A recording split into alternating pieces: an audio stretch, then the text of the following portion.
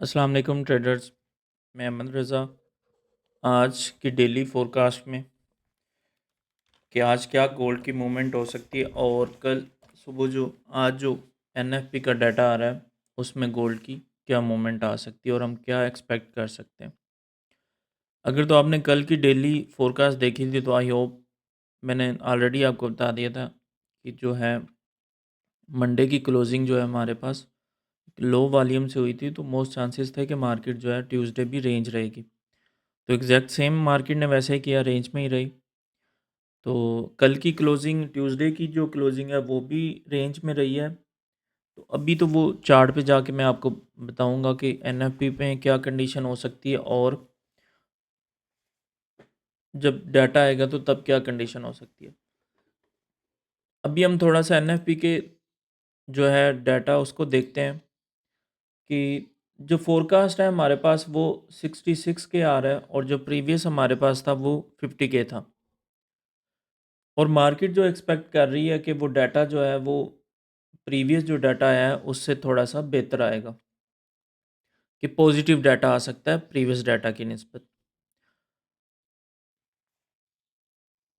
और अगर डाटा 66 के आता है, प्रीवियस 50 के था, तो इसमें जो है वो यूएस डॉलर वीक हो सकता है और गोल्ड बुलिश हो सकता है। क्योंकि यहाँ तो आपके पास अगर आप देखेंगे तो लिखा आएगा ग्रीन। तो ग्रीन का मतलब ये नहीं होता कि मार्केट बुलिश है, गोल्ड बुलिश जाएगा और जो है वो नीचे जाएगा। तो जो डाटा 66 के आता है उसके मुताबिक जो है वो यूएस डॉलर जो है ना वो स्ट्रॉन्ग हो सकता है और गोल्ड पे थोड़ा सा बेरिश प्रेशर हो सकता है। मतलब पुल बैक हमें मिल सकता है, लेकिन मार्केट हमारे पास ऑलरेडी एक रेंज बनाई खड़ी। तो उस रेंज में सारी लिक्विडिटी इस टाइम बिल्ट हो रही है। मार्केट ने दोनों साइडों से लिक्विडिटी अर्न कर सकती है, ये तो बात है। और अगर डाटा हमारे पास 66 के से नीचे आ जाता है, जैसे प्रीवियस 50 के था, या 66 से 60 के आ जाता है, 55 के आ जाता है, तो उसमें जो यूएस डॉलर वो वीक होगा और गोल्ड में बुलिश मोमेंटम उससे मिल सकता है। तो वो अभी हम चार्ट पे देखते हैं कि मार्केट हमारे साथ क्या कर सकती है। एनएफपी का सिनेरियो मैंने बता दिया आपको कि 66 के से अगर नीचे आता है तो गोल्ड जो है वो हमारे पास बाय साइड जा सकता है, और 66 या इससे ज़्यादा आता है तो गोल्ड हमारे पास सेल साइड जा सकता है। तो अभी थोड़ा-सा हम गोल्ड के एनालिसिस देखते हैं। अगर आप प्रीवियस डे की क्लोजिंग देखें तो हमारे पास वो टोटली डोजी क्लोज़ हुई है। डोजी से मुराद है कि उसमें बायर भी सेम है और सेलर भी सेम है। किसी ने जो है ना वो किसी पे जो है ना वो ग्रिप नहीं अपनी बनाई कि बायर ज़्यादा हो जाए या सेलर ज़्यादा हो जाए।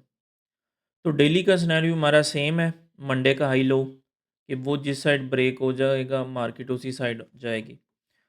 अदरवाइज़ ये सिनेरियो भी हो सकता है कि आज एनएफपी में डाटा ऊपर से लिक्विडिटी उठा के फिर नीचे को चला जाए। ये दोनों सिनेरियो हो सकते हैं।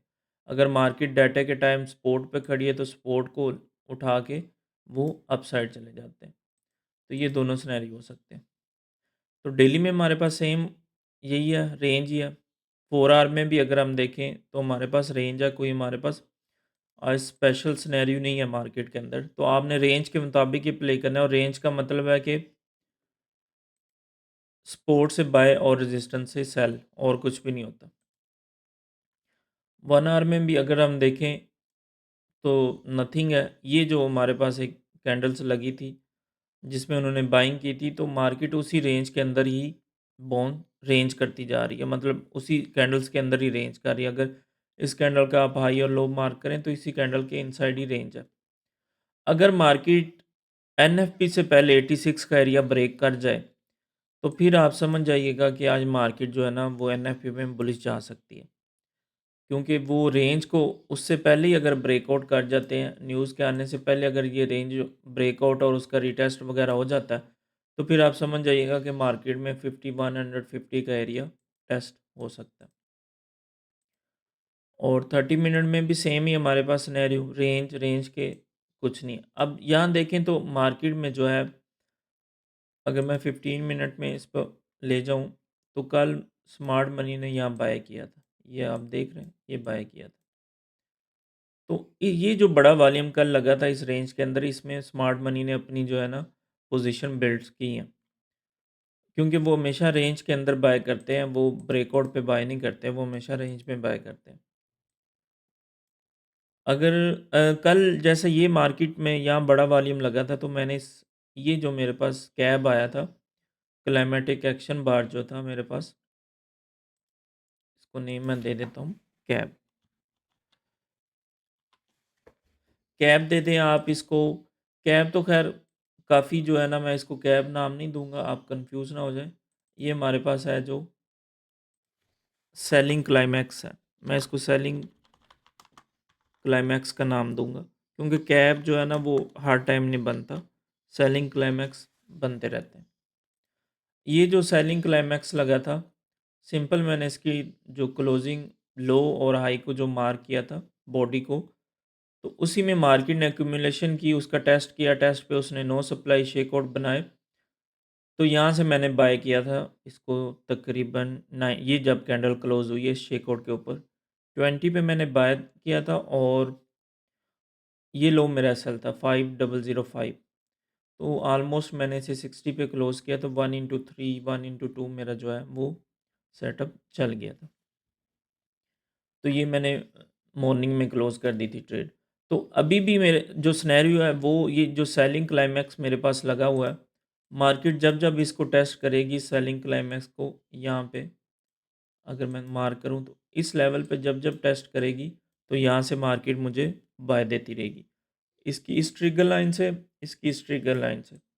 जब यहाँ टेस्ट करने आएगी तो मैं यहाँ से बाय करता रहूँगा, और सेल के लिए ये मेरे पास एक 2 बार रिवर्सल की जो, ये आप देखें 2 बार रिवर्सल जो बना हुआ है इनगल्फिंग के साथ, उसका हाई स्वीप करके मार्केट उससे नीचे क्लोज़ हुई है। तो इसके टेस्ट पे मैं सेल देखूँगा। अगर आप देख सकते हैं, अगर आपको नज़र आ रहा हो, ये जो 5070 का एरिया है, यहाँ से मैं सेल देखूँगा। अगर मुझे यहाँ से कोई सेल का एरिया ला वो कन्फर्मेशन मिलती है, तो यहाँ से मैं सेल देखूँगा, और मेरा उसका टारगेट होगा 5030 का एरिया। तो एनएफपी से पहले मोस्ट चांसेस हैं रेंज ही रहे। अगर यहाँ से मुझे सेल ना मिली, तो मैं 5083 के लेवल से देखूँगा, वहाँ कोई कन्फर्मेशन मिले मुझे तो। जब भी मार्केट आपके लेवल की तरफ जाती है, तो आप ऐसा ना किया करें कि वो बस उसको मैं पकड़ लूँ कहीं न कहीं से। जब लेवल पे आए मार्केट, तो उसका रिएक्शन देखा करें कि मार्केट वहाँ रिएक्शन क्या मुझे दे रही है, रिटेस्ट कर रही है या नहीं कर रही। जैसा कि कल मैंने यहाँ से सेल करना था, तो मार्केट ने मेरी कन्फर्मेशन जो दी थी वो लेट जाके दी थी, तो मैंने इसको स्किप कर दिया, तो मैंने इसको ट्रेड जहाँ पे नहीं ली। फिर सिंपल मैंने सेलिंग कंप्लीट होने का वेट किया, सेलिंग क्लाइमैक्स बना, उसका ऑटोमेटिक रिएक्शन आया, ठीक है? ऑटोमेटिक रिएक्शन ने मुझे बताया कि इसमें स्ट्रेंथ है, और स्ट्रेंथ आने के बाद उसकी टेस्टिंग हुई, टेस्टिंग में मुझे मेरे साइन कन्फर्मेशन मुझे मिली, तो वहाँ से मैंने बाय के लिए उसको देखा। तो आप भी जो है अपने लेवल्स पे साइंस को देखा करें, आँखें बंद करके ट्रेड लेने की कोशिश ना किया करें, आपके लेवल्स फेल भी हो सकते हैं। तो अभी का जो सिनेरियो वो मैंने आपको बता दिया है कि 30 के एरिया से बाय और 70 और 80 के एरिया से सेल। स्मॉल टाइम फ्रेम में यही सिनेरियो है, अदरवाइज़ मार्केट जो है ना एनएफपी तक रेंज ही करेगी, तो आप ट्राई कीजिएगा। अगर सेटअप नहीं बन रहा तो वेट करें, एनएफपी पे प्ले कर लीजिएगा। रिटेलर जो होता है वो मोस्टली क्या करता है कि वो एनएफपी से पहले ही एसएलेट करवा लेता है अपने, और जब एनएफपी पे सेटअप बनता है तो उससे पहले ही वो जो है ना डिसहार्ड होके बैठा होता है। तो आपने अगर अभी लंदन या एशिया में सेटअप नहीं बनता, तो फिर आप न्यूयॉर्क में न्यूज़ आने का वेट कीजिएगा, और उसमें अपने सेटअप प्ले कर लीजिएगा। अगर किसी को भी कोई एनालिसिस या साइकोलॉजी में या किसी चीज़ में कोई मुश्किल पेश आ रही है, तो वो कमेंट्स कर सकता है, मुझे मेल कर सकता है, तो मैं उसको ज़रूर गाइड करूँगा।